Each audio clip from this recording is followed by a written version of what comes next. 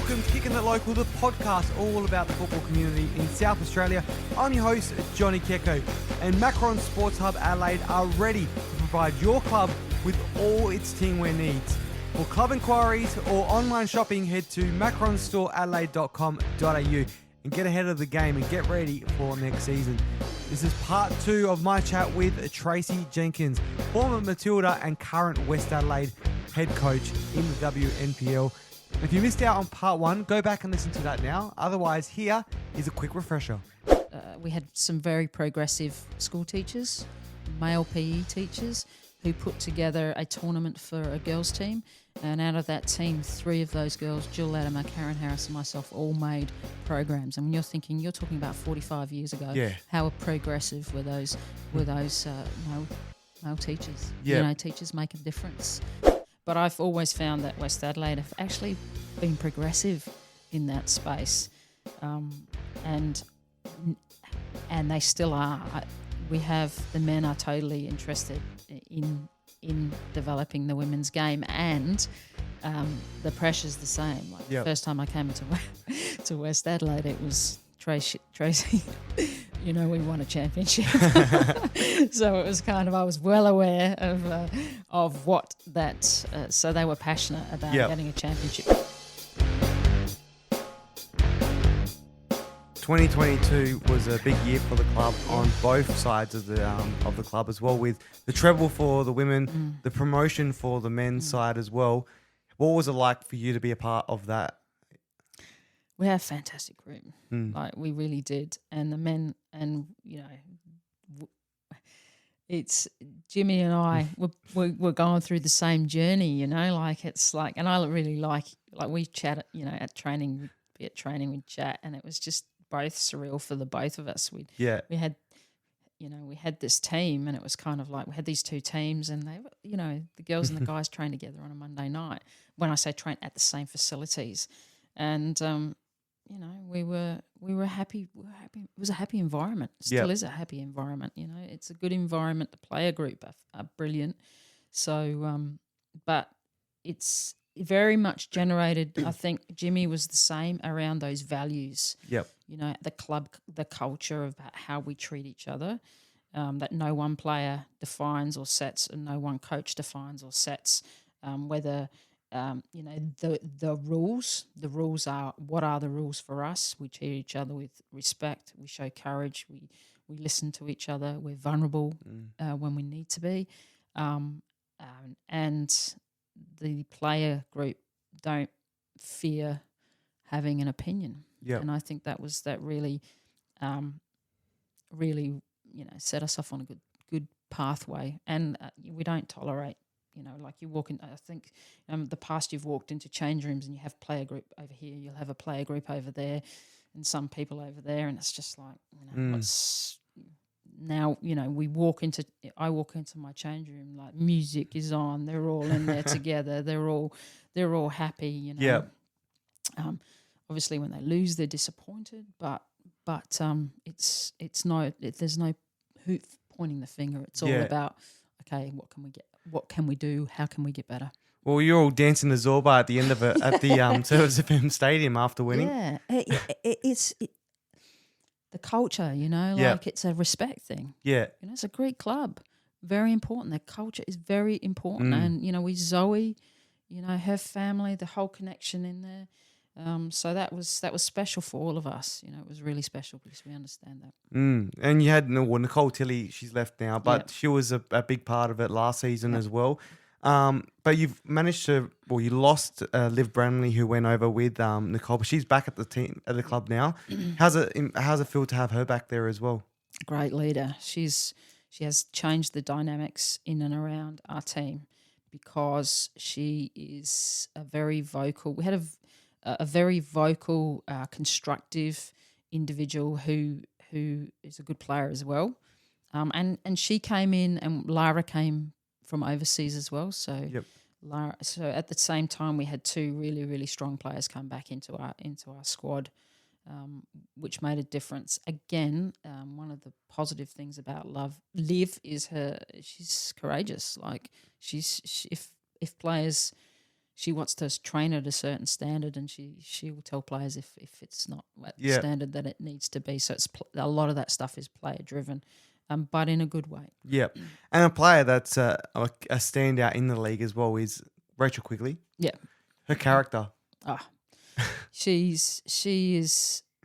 Rachel is a great player, but she's actually a really great person. Yep. Like we obviously have junior girls who train with us as well, and the amount of time that she spends with those girls, you know, she doesn't have to do that, but just even to say hello, just touch base, and you know, that's the kind of person and individual that she is. And I've seen her on some of the interviews she's done, and just it's the character that she has. I think it's great for the game to have someone like her playing. Yeah. She's been a part of it for a long time now. You know, and you know she's been at a high level for a long time as well. So, and she's a game changer. Now let's talk about the Women's World Cup, because what's the vibe like at the club at West Adelaide with the playing group and everyone around it ahead of this World Cup, knowing it's only very short wait away from kicking off? Yeah, no, they are very excited, and it was very interesting earlier on because it's like, Trace, you know, we want to go to these games, you know, and I'm thinking, okay, now who's not going to be here? Who's going to be here? Who's going to be at trainings? What's going to happen? And then obviously we've got the 2-week break. So, yeah, you know, again, it's about recognition. It's about being valued. It's about, you know, Liv's excited about the Lionesses. Yeah. Obviously, we've got a Canadian, Yaz, who's Canadian, who's really excited about what's going to happen with, you know, the Canadian team, and all of us are Matildas. We've got a sweep going. So we've got Tilly involved in that as well. Yep. So we've all got teams, and so we're all they've set that up, which is brilliant. What team? Who'd you get? I got Vietnam. Well, fingers crossed. Tilly and I. Oh, it's together. Yeah, so Tilly and I got Vietnam. So we just, you know, just that little fun, the fun that we have. So the whole team's on that. So.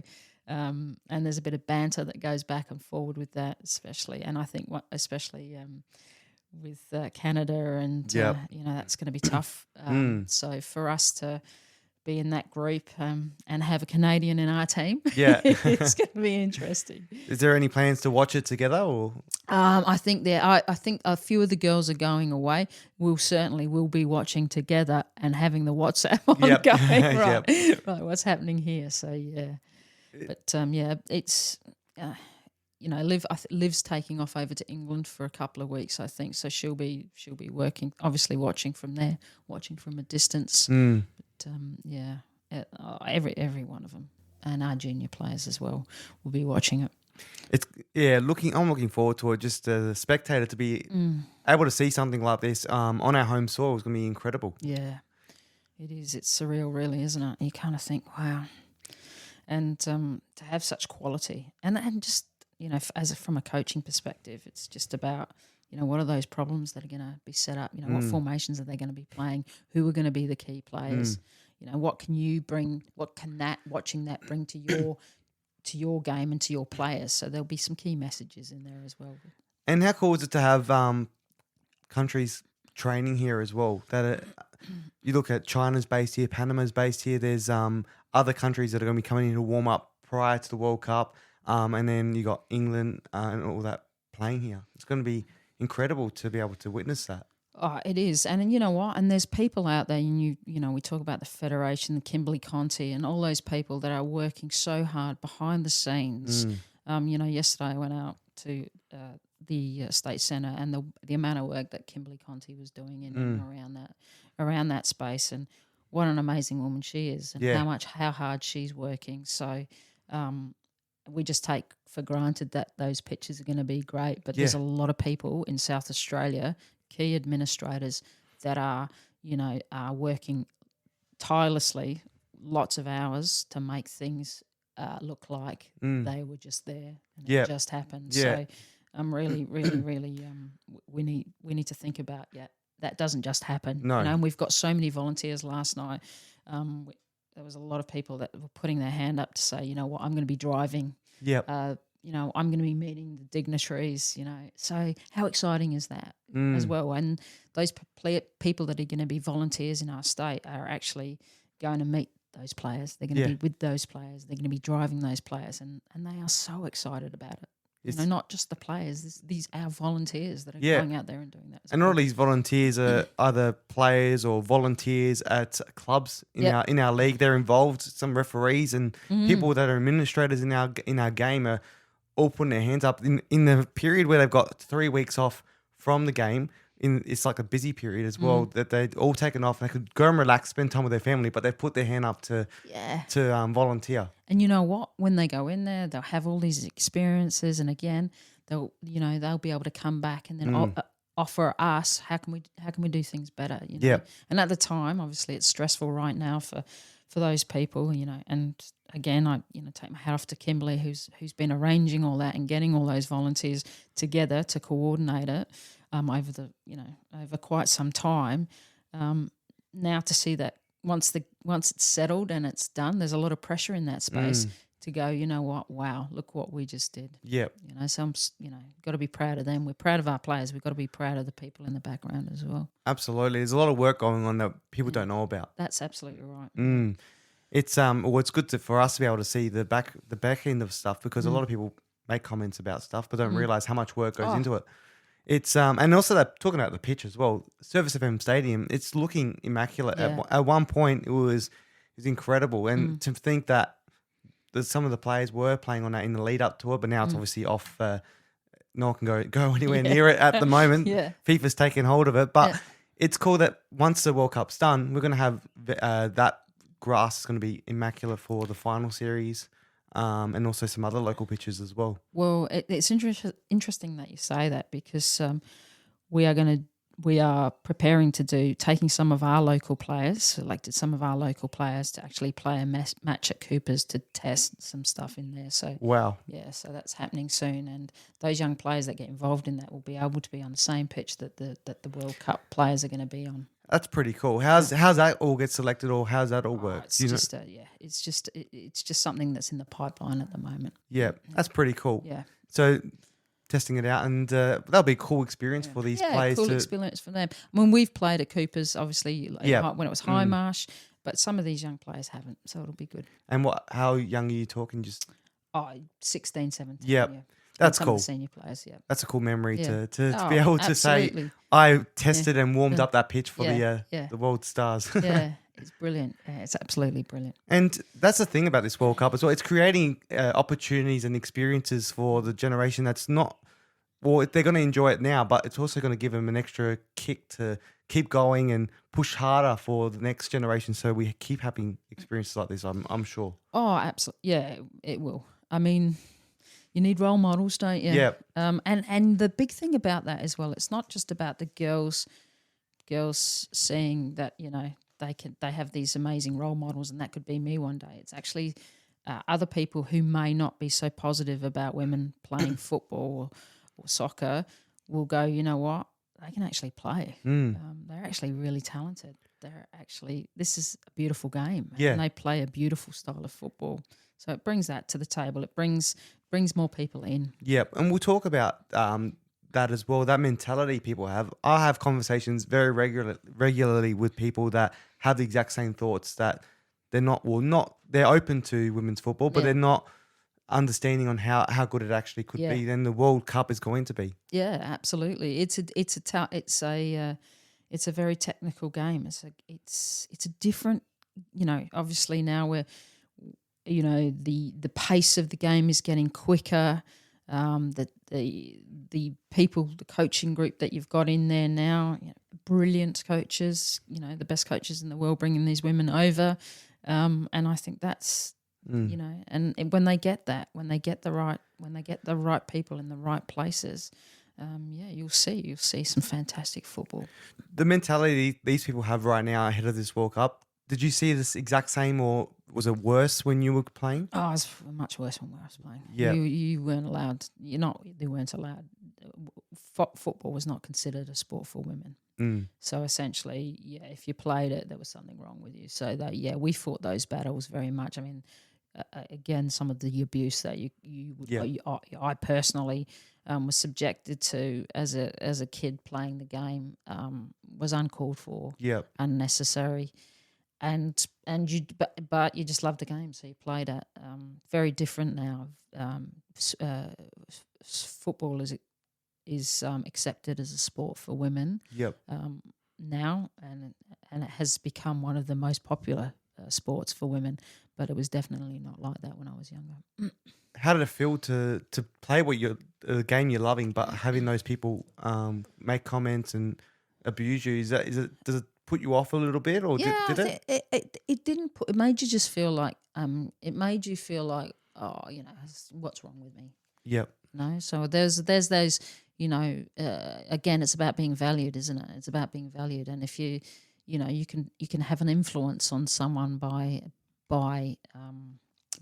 your words, Yep. by your acts, and again, we link that into, yes, that was my journey when I was younger, but the journey that the girls are going through now is the social media journey. Yep. So. And that's very difficult as well, because there's some uncalled for comments in that space as well. And they're all behind a fake name sometimes as well. Yeah. So they can say whatever they want. But again, we've got the campaigns now, the federation, the respect campaigns. Those things are so important to call that out. Don't be a bystander. Yep. And I'm so proud of the girls saying, you know what, no, we're not going to accept that anymore. Yep. But again, we talked before about what is needed in that space. And we do need to train our girls in the media space, in the social media space, not only about how they present themselves, but also how do they cope with that, with the banter that comes in that space as well. Well, the people that make comments about the game or don't think it's a good enough sport, do you think we should waste our time trying to change an opinion, or just is there a way to deal with it? Look, I don't. Some people, you're never going to change their opinion, are you? But then some people do. Some people will grow. Yep. Some people are influenced by other people. Some people are ignorant because they haven't had exposure to the game. Does it make it right? No, but I think people can grow. Yep. I don't think we just go, oh no, let's not try and make change. I think we have to make change. Yep. Whether just because we don't give up on them. Yep. I wouldn't be giving up on them. Well, hopefully, when the World Cup does hit, yeah, even if we change just a couple of people's opinion on it, when they see how big it's going to be, there's going to be. I hear there's going to be some cool stuff happening on match days, like marches and stuff. When you see the atmosphere like that with the Brazilians, especially in the English, we all know how passionate they are about football. Hopefully, things like that will probably show them how great the game can be. Yeah, well, when we talk about how many people are going to be at that first game, I think that's going to be a clear indication that we're here and we're here to stay. And and let's just move forward. Absolutely. Are you going to any of the games? I'm not. I'm working, but I'm definitely going to be. Watching for sure. Absolutely. Well, I'm looking forward to going to. I got my tickets to the final, so I'm looking forward to going to that. I'm hoping the Tillies can make. They can make it all the way. Could you imagine, Matilda? It's incredible, isn't it? And we look at. There's a lot of those Matildas that have been there for quite some time, and then there's that 7 that are on debut, and you think what a great balance. Yeah. What a great balance, because you've got the experience there, but then you've got the energy, the real, that youth. Who's going to be that one that steps up and comes into that? Well, we've mentioned her name a few times, but Charlie Grant's, she's making her World Cup debut. She's only very new to the Matilda setup, and how cool is that to? Hopefully, I've got the feeling that she's going to be making a big name for herself on the world stage during this tournament. Yeah, she will. She's such a lovely girl as well. She's such a lovely person and individual, and so great for her that she's reached that pinnacle of her dream that she's worked so hard for and made so many sacrifices for. And whatever she does, she's there. She does her best, and what we'll be proud of her. Whatever she does in there, and what fantastic. If she gets in there and scores a goal, like she did. Yeah. Could you imagine? Brilliant. In front of 80,000 people as well. That would be amazing. Unreal. But you know what? Just being there. Just being there and being a part of that. That's a massive achievement. But she'll do her best. They'll all do their best, and I'm sure they'll make us proud. To be even talking about this, what if this does happen or that. We never probably thought 10 years ago that we'll be talking about this, that we could be having these moments happening in Australia. Yeah, no, absolutely not. We would not. We would not. But yeah, it's kind of snuck up on us. Hasn't Yeah, it, really? yeah. You know, when you look at it, it has. But we're here. Yeah. I personally cannot wait for it. And then also Hama Stadium, all the games here are going to be exciting to see. Cooper Stadium, we know what it's like when we see Adelaide United playing there. It's pumping. But to see the English fans and the Brazilians down there, and we know how loud the South Korean fans can be as well, and Chinese fans, well, all of them. But it's going to be unreal to hear them at Cooper's. And I think that's when we see our first game here. When we see it on TV, when Matilda's obviously playing, it'll be real. But I think for South Australians to see Cooper Stadium holding one of the biggest tournaments in the world. And it's not just about what happens at Cooper Stadium, is it? It's about what happens in and around that. It's about our venues. It's about our retailers. It's about the functions that we're going to have. It's about those little kids that are going to be wearing the shirts with their heroes on the back, you know, and those, you know, and then again, those messages that, you know, look how happy these girls are. Yeah. Look how happy these girls and boys are watching there, and all those, you know, little boys as well going out and watching those girls, watching those women play football. So it's going to be exciting. And the different cultures. Yeah. Different cultures. Again, what an experience. What an experience for our kids. To actually be in that environment and to have those conversations about the different cultures and the things that brings the inclusive environment. Yeah, and that's what I'm looking forward to most as well. I'm going to try and get out to everything. I've pretty much told my work that during the World Cup, I'm not available unless it's before 10 a.m. because there's some games that kick off at 10 a.m. in New Zealand. So I'm like, anything before that, I'm not going to work because I want to make sure, I want to soak up every second of it. Whether it be down at the FIFA Fan Fest, which is going to be cool, at the games, or watching it from community clubs as well. Because don't only look at pubs, there's also opportunities to go hang out with Brazilian clubs or actual soccer clubs that are actually going to be holding their own events, which will be cool to be a part of. Because you think about some of these nationalities that are they're going to be in the World Cup, so they're going to be holding their own viewing parties. Well, you look at you know, we've got Japanese girls playing in our league. Yeah. Right now, you know, studying in South Australia and playing in our league. And how good is that? Yeah. You know, they've got, you know, that again, that blend, that cultural experience for them, you know, and the banter within the clubs and the atmosphere there. So we've got Kote playing, you know, in our league as well, you know. So it is multicultural in our local league. So for them, brilliant. Well, for Kote as well, it's going to be bittersweet for her because it is. Haiti is the team they lost to, the country they lost to, and they're going to be playing here in Adelaide. So it will be bittersweet, but it is cool to have someone like her playing in our leagues, an international player playing here. It's things like that just makes it exciting. Well, you look what she's brought to Flinders. You obviously as a coach, you're watching games and the confidence that they're playing really, really good football, and she's directing them and she's moving with them. She's linking in some players that have come from you know, and they're starting to get some wins. And the experience that she brings and generates, and the positivity and the belief that she generates is fantastic for that club. As a rival club, how do you feel seeing what Flinders United are doing since they've teamed up with Cumberland United and obviously Flinders University together to form this club for female footballers? How does it feel to see clubs doing this? It's great. You know, having been in the game for a very, very long time, the more people we can get playing and the more collaboration to make that happen, it's great. We can learn a lot from that. Absolutely. Well, I can't wait to see what the game's going to be like in a couple of years' time once this all settles down and hopefully it doesn't disappear. Hopefully people can keep it going. What's something like as a former player and current coach that you think that we need to do to try and keep the momentum going from, because it feels like in the last couple of years it's been growing very quickly, and it's got to a point where everyone's excited for this World Cup. What do we need to do to try and keep it going? I think we just have to look at, it's a big question, isn't it? Yeah. Look, again, I'll talk about it again, but it's about linking in with each other. Yep. Like setting goals. Like, what do we want? You know, and not working in silos, actually going, what do we actually want? Yep. And how are we going to support each other through that? And, you know, as a state, you know, and again, if we do want to move forward, we've got to look after our referees, because we've got to look after our administrators, we've got to look after our players. Yep. Because it's a holistic overview of what we need to do, formulate that plan, get some key players in place for that, and then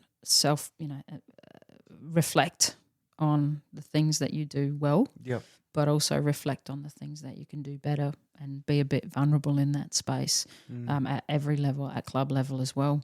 And like I said, often it is everybody's got good intentions, but sometimes people, you know, they don't always meet Yep. to talk about that, and that can sometimes move people away from one another.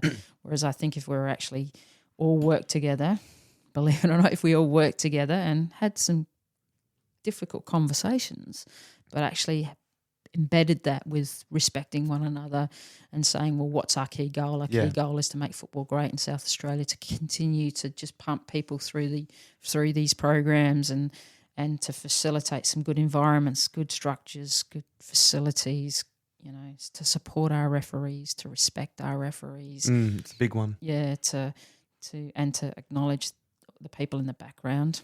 I think we're halfway there. Do you think those conversations are beginning to happen? I think so. I think referees, a lot of the stuff, and I'll speak about a lot of the stuff in and around referees, you know, there's a lot of work, there's a lot of information that's coming out now about how difficult that role is, and about they are human beings, and we need to respect them. And I think that there probably needs to be a little bit more work in that space. But I think, you know, we do need to, and you know, having our values and the respect campaign are important. But then also holding people accountable when they do. Absolutely. And I agree with you with the referee side of things, because I know I was naive to what actually referees go through until I've seen it firsthand now. And it's they play a big part in our games. And without them, we wouldn't be able to have a game of football. And they go through a lot as well, unfortunately. Yeah, and as a coach, I've had some, you know, things that I think, oh goodness, what just happened there, and you're emotional at that time. But I think a referee once said to me, "Tracey, you're going to treat me all right," you know, and that really that sat with me, because it was like, you know what, come on. You know, it's a game. We need to treat people properly. We need to and that check-in encouraged for a referee to say, you know what, I want to be treated with respect. And a check-in, and then you check yourself and go, yeah, I need to do that. I need to make sure I do that. So, but we are all passionate, but passion does not excuse poor behaviour. So, I think, you know, we do need to do a little bit more work in that space. And the same with, you know, the way, you know, coaches and, you know, spectators. But we call out that behaviour, we check our own behaviour, and again, we can make some movement in that space. Well, let's hope so, and let's hope that there's none of that happening in our Women's World Cup, because it's going to be an exciting time, and I cannot wait to see how it's going to all pan out, and looking forward to spending as much time and soaking it all up. Me too. Before we let you go, though, one final thing I'll do with all my guests is the kicking it question. So, who would you love to kick it with on the park? Anyone in the world? Anyone in the world? Oh, a very long time ago. Or you can do it you can do it now, whenever you want, or wherever you want. Whenever I want. Who would I want to kick the ball with? Anyone. Could be anyone. Doesn't have to be, well, it can be football related, obviously, but I mean, I've got to say an Australian, don't I? Oh, you can do whatever you want. I think really, that's quite the question. I mean, that's a question I kind of look at all the players, and there's been some fantastic players, and well, there's no hard rules. You can choose a whole squad or whatever if you wanted to. Nah, I've got to go with an Australian. We'll go with Sam Kerr. I think Sam Kerr. Oh, that's a beautiful one. That'll be great, and I'm looking forward to seeing how she does, because her name is very well known across anyone, even if they're not football fans. It's incredible, isn't it? to see what she's done. She's a fantastic role model. Mm. And she's strong. Yeah. She's a leader. And she's not afraid to say what she believes in. Yep. And that takes, again, courage. Yeah, definitely. And the final question, who would you love to kick it with on a Saturday night? Like, so relax, sit back and maybe have a drink or whatever you like doing on a Saturday night, watch some football together. Someone locally, someone internationally. I think, again, we talk about, there's a few people, and I'll put in here, and we talk about people that I would like to talk to about their experiences, and obviously Moya Dodd is one of those, because of the way that she has, travelled around the world and the experiences that she's had, no doubt, the change that she's seen. So she'd be a really good person. Di Algage. Yep, another one, And her journey and how she feels about women's football now. So I think she's a good person would be a good person to sit down and say, on reflection, how's it gone? Kristen Swaffer as well. Kristen Swaffer, who also has had that football journey. Jill Latimer. Yep. Jill Latimer, who went through before me, believe it or not, and still coaches juniors, did some work at Fulham. She's a fantastic person as well.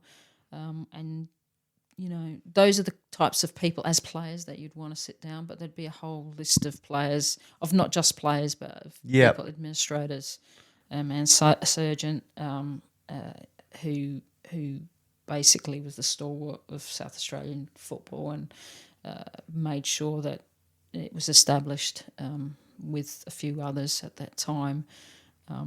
Fantastic people with so much experience. Yep. Anyone internationally you'd love to tuck in there? Well, not really. We'd love to keep it just local. No, I think we just keep it local. That's fair enough. But some great names there as well. Yeah. And you talk about some of those names and what they've done and for the women's football, and it's great to see some of those come out of South Australia. Yeah, absolutely. Yeah. Well, thank you for joining me, Tracey. I've really enjoyed having a chat, and all the best with the future. And hopefully next time we catch each other, that the Matildas are hopefully, fingers crossed, the World Cup champions. Let's hope. But anyway, let's just hope the women's game is more talked about in the future, and we look forward to seeing how it all goes. All right, thank you. That was the head coach of West Adelaide and former Matilda, Tracey Jenkins. Make sure you subscribe to Kicking It Local wherever you get your podcasts so you can get a taste of the SA football community. Plus, follow Kicking It Local SA on Instagram and Twitter so you don't miss any of the action. See you soon.